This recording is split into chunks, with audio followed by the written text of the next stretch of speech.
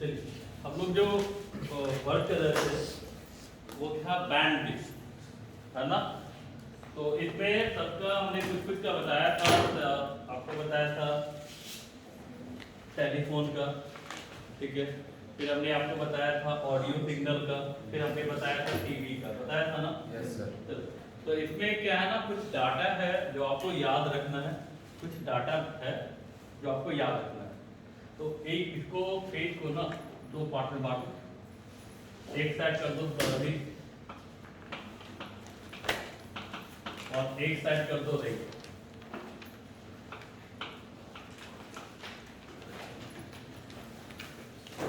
एक side service, एक side range.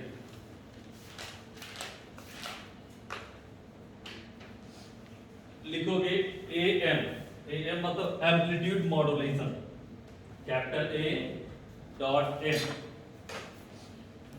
देखिए AM radio, radio RADIO, radio broadcast, radio broadcast, यानी AM का फुल फॉर्म होता है amplitude modulation, amplitude modulation.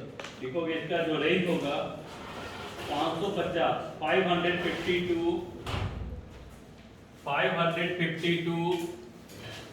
1600, 1600 kilo hertz, 1600 kilo तक, यानी एम्पलीट्यूड मॉड्यूलेशन का जो रेंज होता है वो कितना से कितना होता है, 550 टू 1600 किलो तक। देखिए देखो FM radio broadcast, FM radio broadcast, FM radio broadcast. FM का फुल फॉर्म होता है फ्रीक्वेंसी मॉड्यूलेशन, हम लोग आगे पढ़ेंगे। FM रेडियो ब्रॉडकास्ट, इसका जो रेंज होता है 88 टू 108 मेगाहर्ट्ज। मेगा समझते हो ना, 10 टू द पावर 6 मेगाहर्ट्ज। लिखे लिखोगे तीसरा टीवी, टीवी टीवी इसका रेंज होता है 54 टू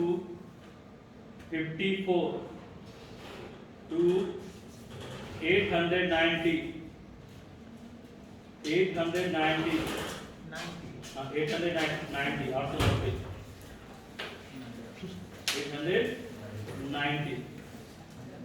ठीक है, मेगाहर्ट्ज, मेगाहर्ट्ज।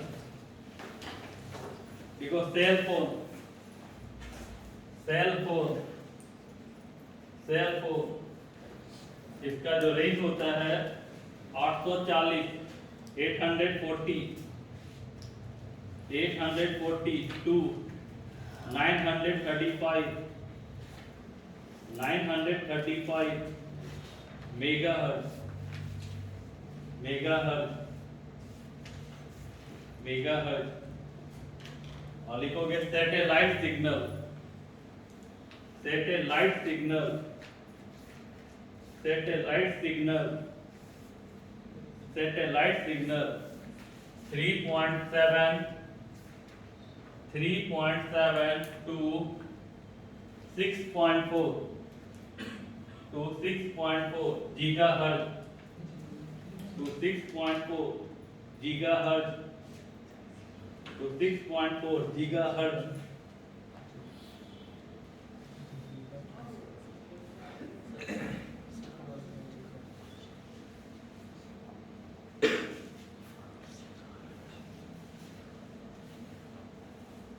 हो गया। देखो अब यहाँ पे क्या करता है ना, तो एक ये रेंज हुआ भाई, तो इसमें आपको क्या करना है, इसको याद कर, है ना। इसमें हम आपके लिए कुछ भी नहीं कर सकते, समझ गए। ये आपका डाटाबेस है, आपको क्या करना है, याद रखना। चलिए अब आते हैं नेक्स्ट हेडिंग को, various frequency range. Various frequency range of radio wave, radio wave, radio wave, radio wave है ना, रेडियो वेव और माइक्रोवेव, और माइक्रोवेव, और माइक्रोवेव यूज फॉर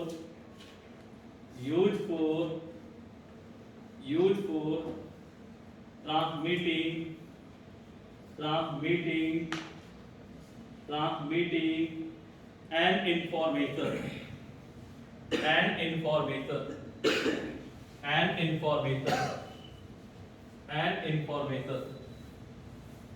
इसमें भी आप दो पार्ट में बांटना,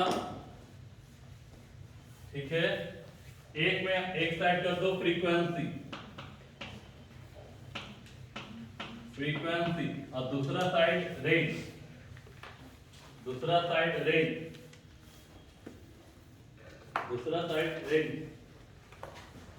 यानी इसमें कुछ कुछ फ्रीक्वेंसी है उसका रेंज होता है, ठीक है। ये आपके लिए आसान है। इसमें क्या करना है, 10 गुना बढ़ाते जाना है। लिखोगे very low frequency, very low frequency, very low frequency, इसको हम लोग कहते हैं VLF, VLF, very low frequency. ये होता है up to 30 kilo hertz.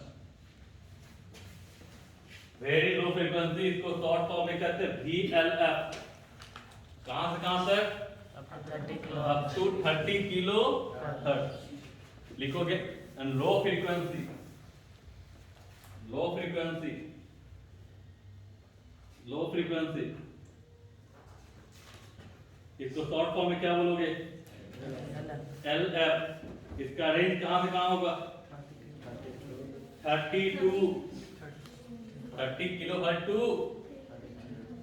30 kilo hertz to कितना, 10 गुना करोगे 300 किलो हर्ट्ज, 300 किलो हर्ट्ज लिखोगे। Medium frequency, medium frequency short form क्या बोलोगे, शॉर्ट फॉर्म क्या बोलोगे, MF।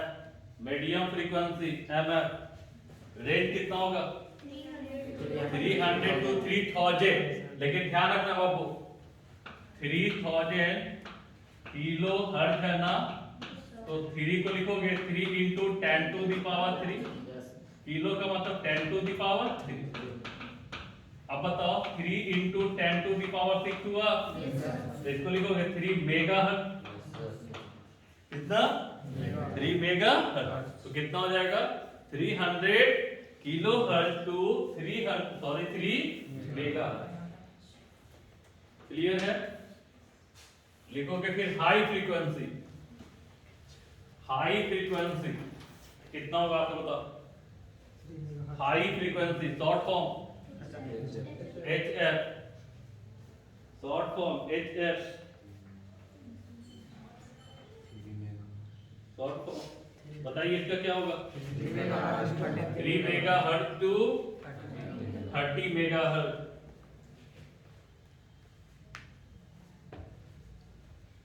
हो गया। चलिए नेक्स्ट लिखिएगा very high frequency, very high frequency कितना होगा, वेरी हाई फ्रीक्वेंसी कितना होगा 30 टू 300 मेगा। इसका शॉर्ट फॉर्म VHF। नेक्स्ट लिखोगे ultra high frequency, ultra high frequency, ultra high frequency, ultra high frequency. इसका फुल फॉर्म क्या होगा, मतलब शॉर्ट में UHF। इसको स्टार देना, सबसे ज्यादा ये पूछता है। अल्ट्रा हाई फ्रीक्वेंसी बताइए कितना होगा? 300 मेगाहर्ट्ज टू 3 गीगाहर्ट्ज। 3000 होगा ना, तो 3000 को तो 10 का पावर 3 हुआ, और 10 का पावर 6 पहले से, तो 6 3 9, 9 का मतलब गीगा हो गया। देखो super high frequency, super high frequency इसका शॉर्ट फॉर्म क्या होगा? SHF। बताइए कहां से कहां तक होगा? कहां से कहां तक होगा? 3 गीगाहर्ट्ज टू 30 गीगाहर्ट्ज। और last extremely high frequency, extremely high frequency, extremely high frequency, extremely high frequency, extremely high frequency, extremely high frequency हो गया। बताओ कितना होगा? 30 गीगाहर्ट्ज टू 300 गीगाहर्ट्ज। तो ये याद करना आसान है, इसमें कोई कंसेप्ट काम कर रहा है। क्या होगा? पहले वेरी लो, फिर लो, फिर मीडियम, फिर हाई, फिर वेरी हाई, फिर अल्ट्रा हाई, फिर सुपर हाई, फिर एक्सट्रीमली हाई। और सब में क्या हो रहा है? 10 गुना क्या हो रहा है? तो ये याद करना थोड़ा क्या है, आसान है। लेकिन इसके पहले जो डाटा दिए थे वो भाई क्या बाई फोर्थ याद करना पड़ेगा, कोई ट्रिक वहां काम नहीं करेगा। तो भाई कुछ तो यहाँ पे डाटा जहाँ पे आता है तो वहां पे तो भी मजबूरी हो जाता है। थोड़ा सा हिस्ट्री के पीछे यही ना कारण है, बोरिंग क्यों होता है हिस्ट्री? हिस्ट्री बोरिंग होने का सबसे बड़ा कारण क्या होता है? ईस्वी जो आ जाता है ना, है ना, अब इसका जन्म कब हुआ था, वो कब लड़ा था, है ना, तो ये कहानी की तरह याद किया जा सकता है। लेकिन मैटर है कि ईस्वी जो आ जाता है वो क्या टेंशन, क्योंकि वो ईस्वी आ गया तो वहां पे हमें बाई फोर्थ क्या करना पड़ता है, याद। समझ गए? तो ये थोड़ा सा जहां भी डाटा बेस आ जाता है बाबू, वहां पे थोड़ा ना थोड़ा कष्ट तो हो गए। यहाँ पे हम लोग का ट्रिक काम कर गया। यहाँ पे क्या हो रहा है कि 10 से क्या करते जा रहा है, गुना करते जा रहा है, दिक्कत नहीं होगा। हाँ, यहाँ पे क्या है कि हमको याद रखना है, पहले होता है वेरी लो, फिर होता है लो, फिर होता है मीडियम, फिर हाई, फिर वेरी हाई, फिर अल्ट्रा हाई, फिर सुपर हाई, फिर एक्सट्रीमली। तो ये होता है, बस इतना ही ध्यान रखना। अगर ये हमें याद है तो हमें फिर आगे की जरूरत नहीं।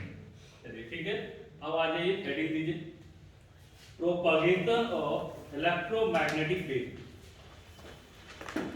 Propagation of electromagnetic wave, propagation of electromagnetic wave.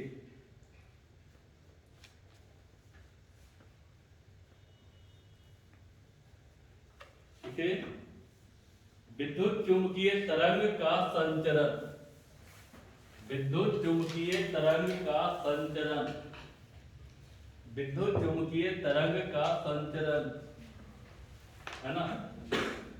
तो हमने आपको बताया था ना कि यहाँ पर किसी भी मैसेज को एक जगह से दूसरे जगह पहुंचाने के लिए कितना तरीका है? 3। याद है या भूल गए? क्या हम बताए थे कि मान लो आपके पास एक बॉल है, ये इंफॉर्मेशन, और आपके पास भेजना है, तो क्या करेंगे? एक ग्राउंड से लुढ़काते हुए भेज देंगे, नहीं, इसको हम लोग कहते हैं ग्राउंड पे। दूसरा हमने बोला था कि हम डायरेक्ट स्पेस पे प्रोजेक्ट करेंगे, वो आपके पास पहुंचेगा, जिसको हम लोग कहते हैं स्काई पे। और हमने तीसरा बोला था कि ऊपर वाले दीवार पे मारेंगे, वो रिफ्लेक्ट करेगा और आपके पास पहुंचेगा, तो उसको बोले थे सैटेलाइट। यानी पहले इंफॉर्मेशन सैटेलाइट जाएगा और फिर वो आपके पास भेजेगा, तो वो कहलाएगा सैटेलाइट स्पेस। क्लियर है?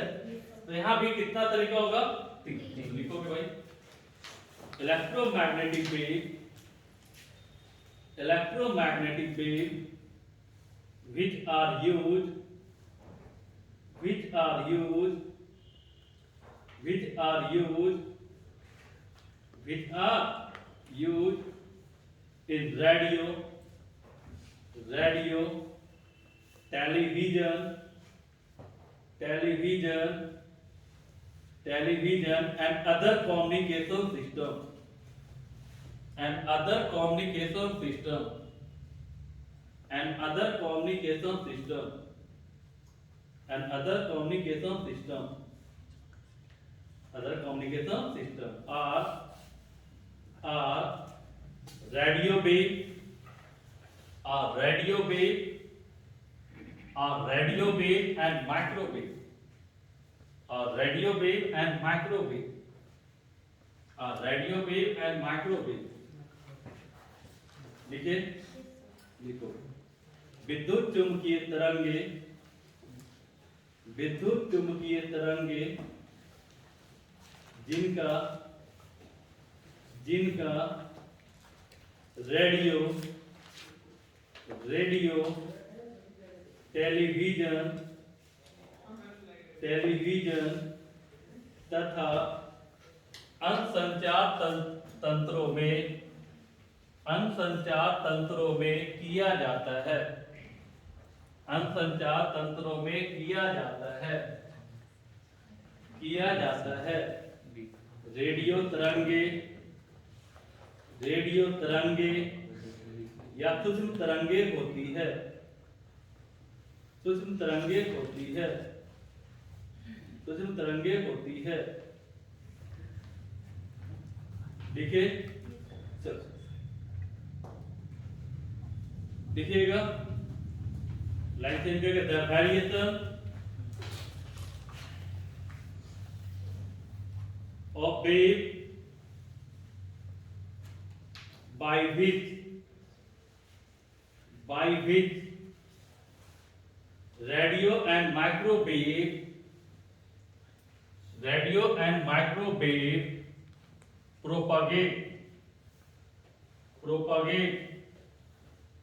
propagate from transmitting to receiving antenna, transmitting to receiving antenna, transmitting to receiving antenna। मतलब कहता है कि प्रेषी एंटीना और ग्राही एंटीना के बीच में मैसेज को पहुंचने के लिए, संचरण के लिए हमें कितने चीज की जरूरत पड़ेगी, कितने तरीका, सॉरी 3 तरीका। देखोगे पहला ground wave, ground wave, sky wave, sky wave और तीसरा लिखोगे स्पेस वेव, स्पेस वेव।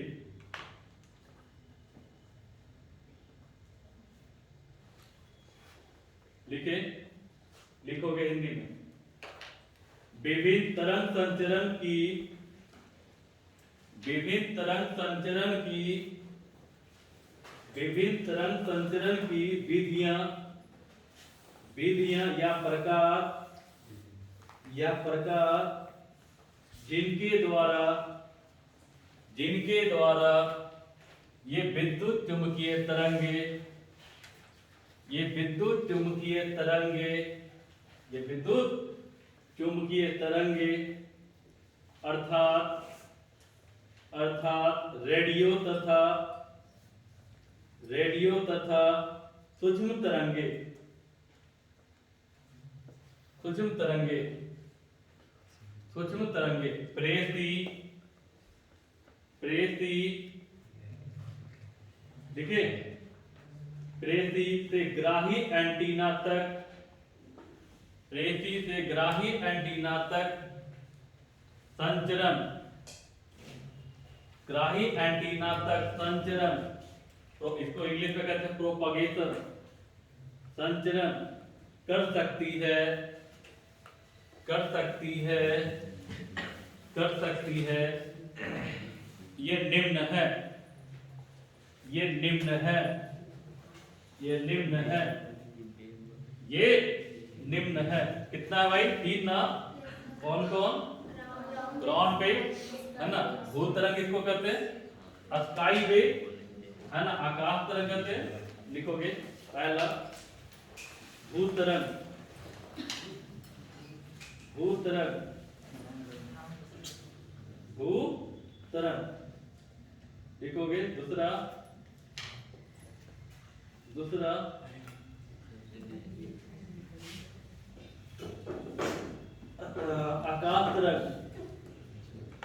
आकाश तरंग या इसको आयन मंडली तरंग भी कहते हैं, आयन मंडली तरंग।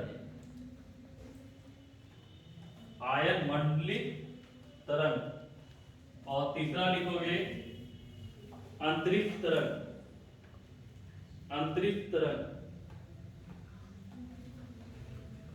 चलो बाबू ध्यान रखना, यानी आपको मैसेज को पहुंचाने के लिए कहां से कहां, ट्रांसमिटिंग एंटीना से रिसीविंग एंटीना तक, तो कितने तरीका है, तीन। कौन कौन, ग्राउंड वेव, स्काई वेव और स्पेस। तो ग्राउंड वेव लिखो, ग्राउंड वेव डिकेडर, ग्राउंड वेव डिकेडर लिखोगे। The wave traveling from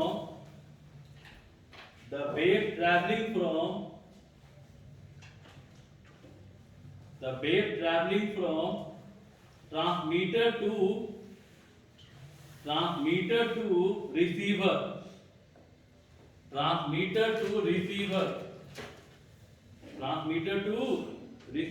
in contact with ground,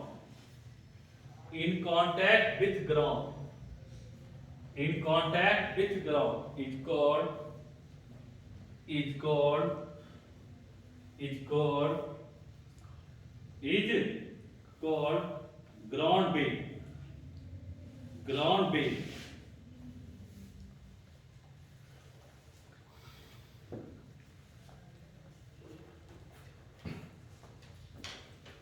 हो गया।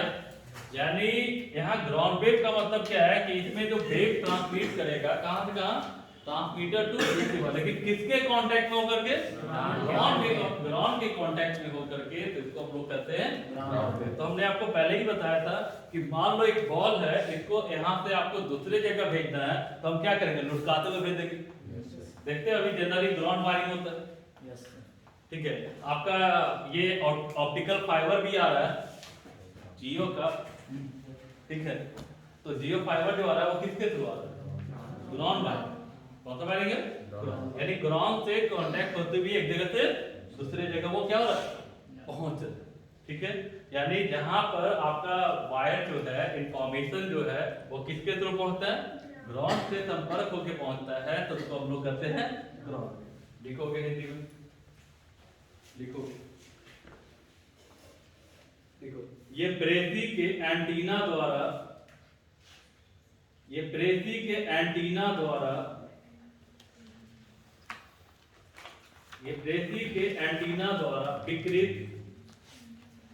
विकृत वे तरंगे हैं जो पृथ्वी की वक्रता का अनुकरण करते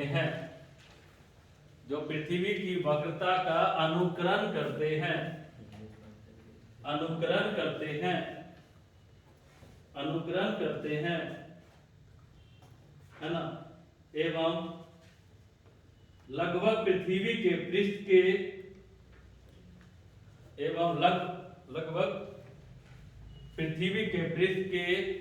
समानांतर चलती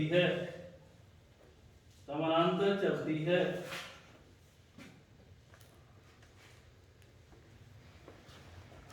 देखिए, संचरण की यह विधि तभी तक प्रभावित रहती है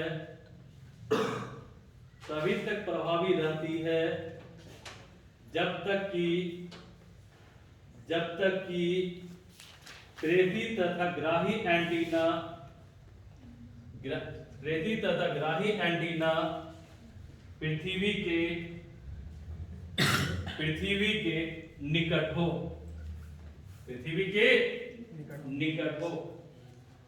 मतलब देखो सारे का निष्कर्ष एक ही निकलता है।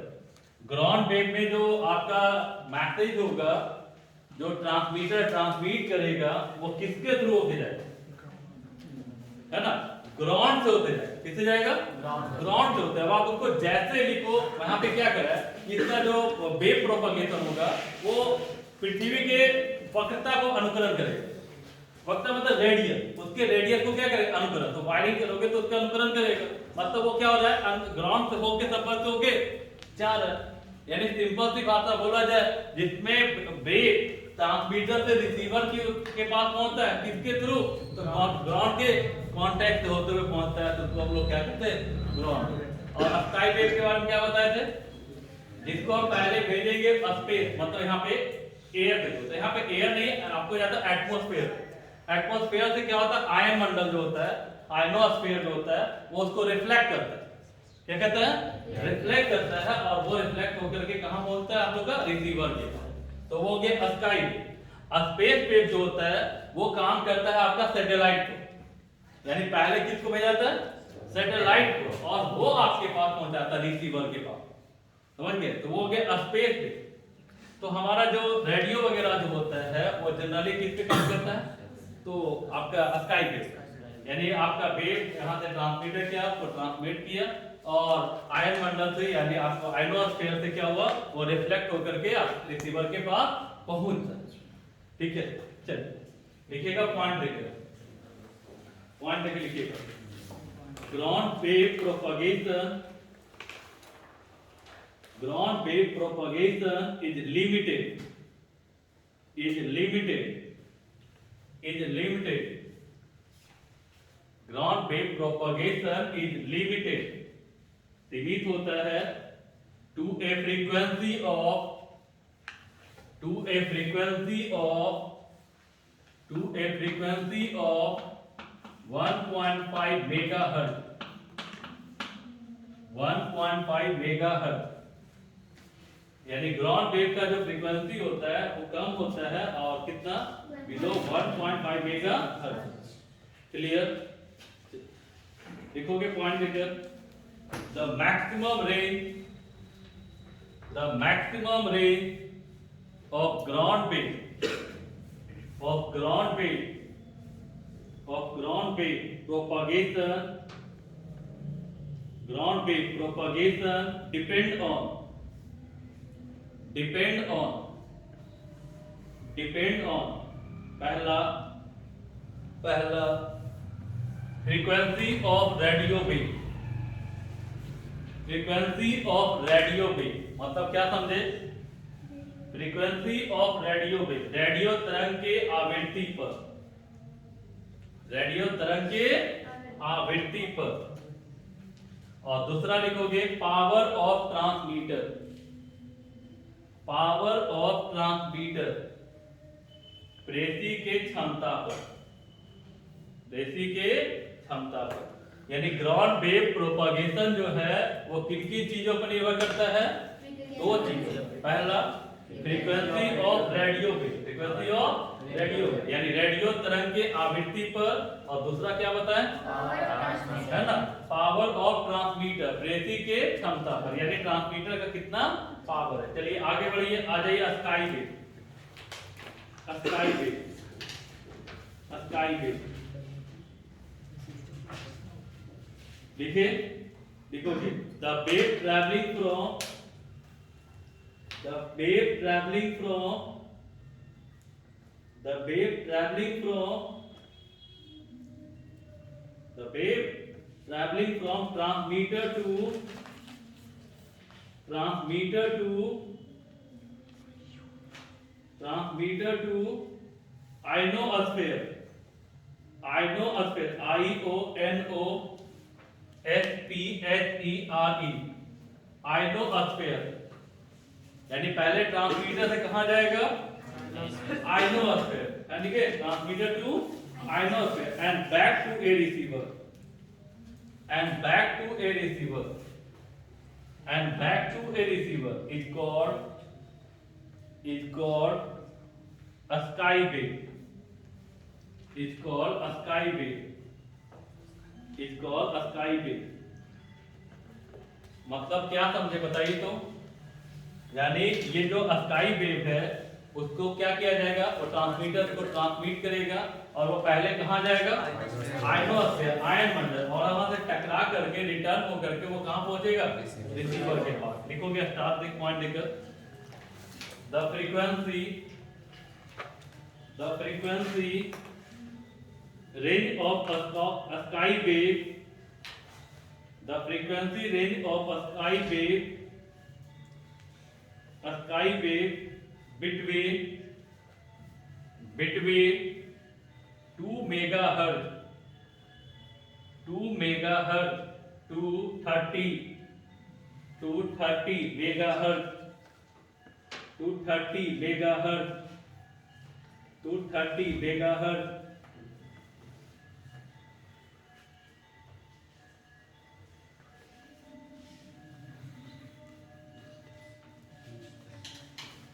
हो गया।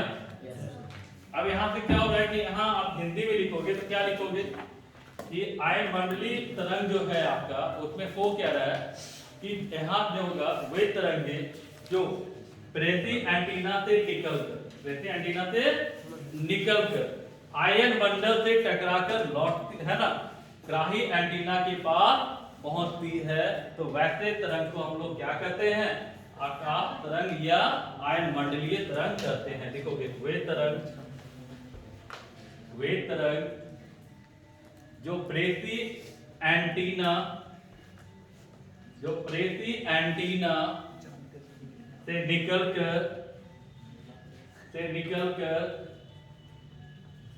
निकलकर आयन मंडल से परावर्तित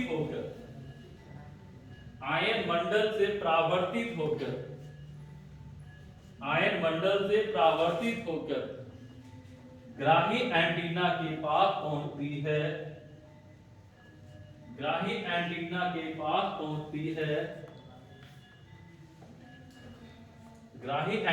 के पास पहुंचती है, आयन मंडली तरंग कहलाती है। इसका रेंज कहां से कहां तक बताए थे, 2 मेगाहर्ट्ज टू 30 मेगाहर्ट्ज, ये ऑब्जेक्टिव में काम देता है। यानी इसका जो फ्रीक्वेंसी रेंज होगा वो कहां से कहां तक होगा, 2 मेगाहर्ट्ज टू 30 मेगाहर्ट्ज। नेक्स्ट लिखिएगा space wave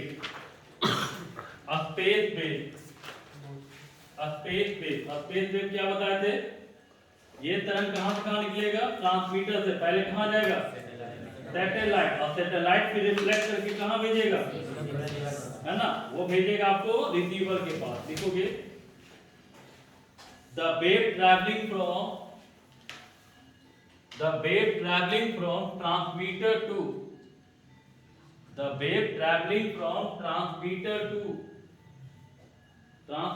to geostationary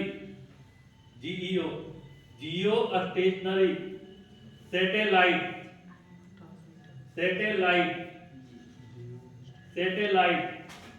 beyond the ionosphere, और वो कहां होता है, तो आयनोस्फीयर के पीछे होता है, beyond the ionosphere and back to receiver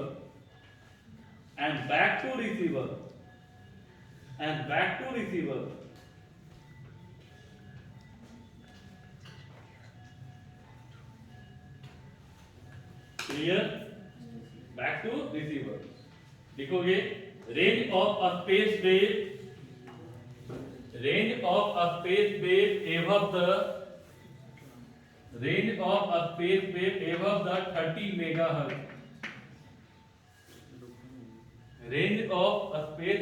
above the 30 megahertz, मतलब यहाँ क्या होगा तो बताइए, तो यहाँ क्या हो रहा है बताइए, तो यहाँ हो रहा है कि यहाँ जो वेव होगा वो ट्रांसमीटर से निकलेगा, आयनोस्फीयर के पीछे सैटेलाइट से रिफ्लेक्ट होकर के कहां पहुंचेगा, रिसीवर के पास। उसको हम लोग क्या कहते हैं, स्पेस वेव। ठीक है, अंतरिक्ष तरंग यानी वे तरंग जो प्रेसी एंटीना से निकलकर, है ना, आयन मंडल के पीछे सैटेलाइट से परावर्तित होकर ग्राही एंटीना के पास पहुंचती है। तो वैसे तरंग को हम लोग क्या कहते हैं? अंतरिक्ष तरंग कहते हैं। लिखोगे वे तरंग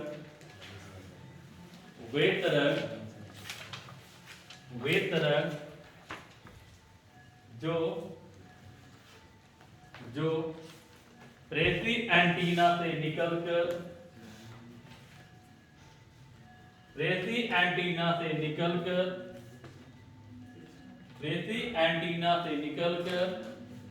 आयन मंडल के पीछे सैटेलाइट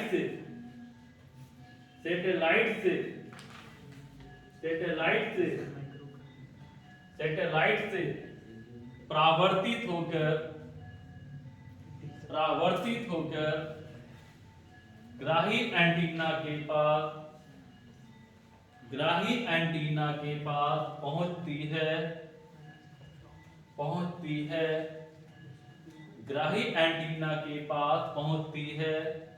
अंतरिक्ष तरंग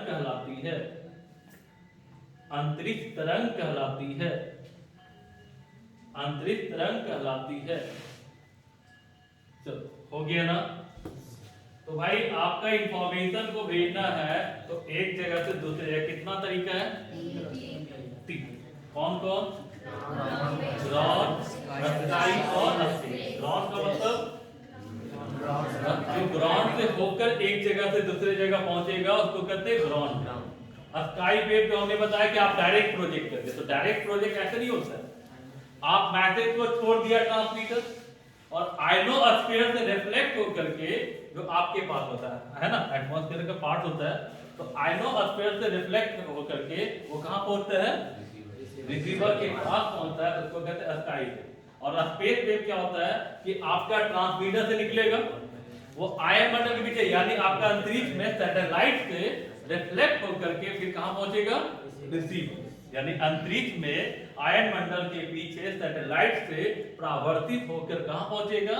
रिसीवर ग्राही के पास। तो उसको हम लोग क्या करते हैं? स्पेस वेव करते हैं। क्लियर है? लिखोगे ionosphere, ion Mandal.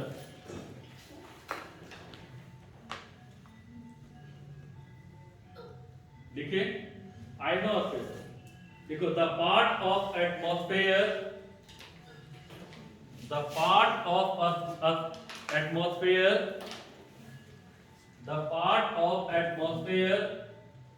which is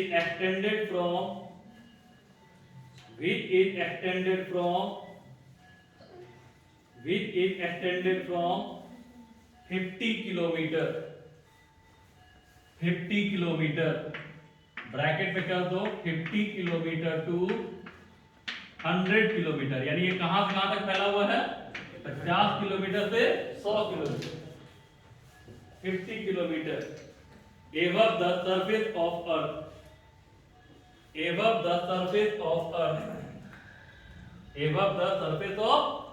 is called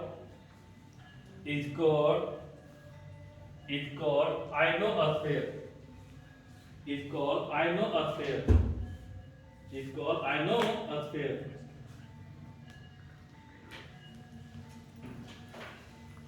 हो गया? यानी ये क्या है? तो आयनोस्फीयर, आयन मंडल जो है वो वायुमंडल का ही क्या है? एक भाग है जो 50 किलोमीटर तक फैला हुआ है, जो पृथ्वी के सतह से 50 किलोमीटर से 100 किलोमीटर के बीच होता है। तो लिखोगे आयन मंडल वायुमंडल का एक भाग है जो 50 किलोमीटर तक फैला हुआ है,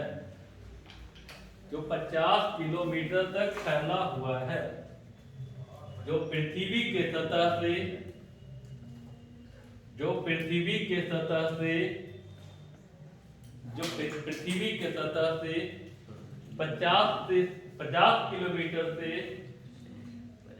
50 किलोमीटर से 100 किलोमीटर तक होता है।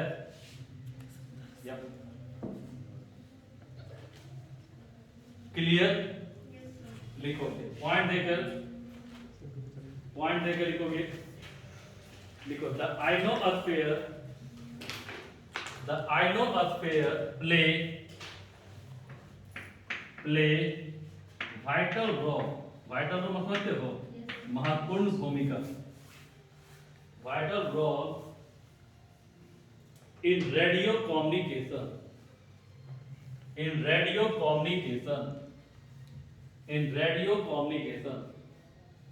यानी रेडियो संचारण में आयन मंडल का महत्वपूर्ण भूमिका है। रेडियो संचारण में आयन मंडल का महत्वपूर्ण भूमिका है। क्लियर? चलो यहां तक आपने नोट कर लिया। कल हम लोग इसका एंटीना वाला कहते हैं, आज रहने दो, ठीक है, एंटीना